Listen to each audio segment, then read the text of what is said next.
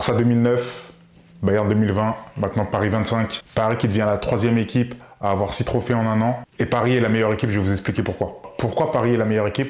Tout simplement parce que Paris, intrinsèquement, ils ont les moins bons joueurs des deux autres équipes, que le Bayern ou le Barça. Le Barça 2009 de Pep, c'est des galactiques, en vrai.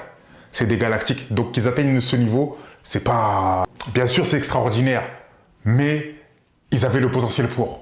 Quand tu vois Daniel Alves, Busquets, Iniesta, Messi, Xavi, Piqué, Puyol, et j'en passe. En fait, le 11 titulaire du Barça, il y a 10, peut-être 10, c'est les meilleurs à leur poste.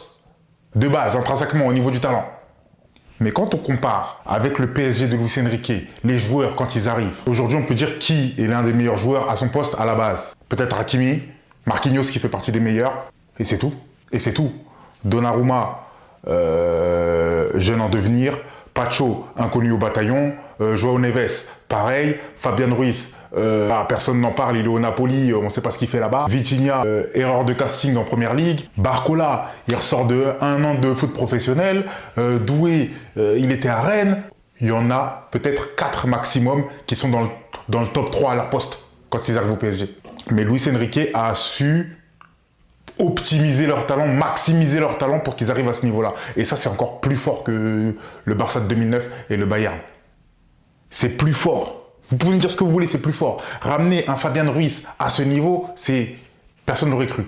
Dembélé, j'ai pas parlé de Dembélé. Dembélé qui ressort d'un passage en Espagne où il est que sous les critiques. Barcelone sont contents de s'être débarrassés de lui. Et nous, il vient, c'est le meilleur joueur, Ballon d'Or, trophée The Best.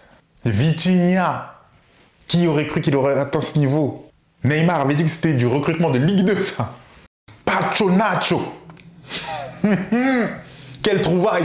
Et donc, à partir de là, en fait, ce que Luis Enrique a concocté avec des joueurs qui sont moyens plus, de base, bien sûr, je dis, de base, pas à leur niveau actuel d'aujourd'hui, bah c'est trop fort. C'est trop fort, donc bravo.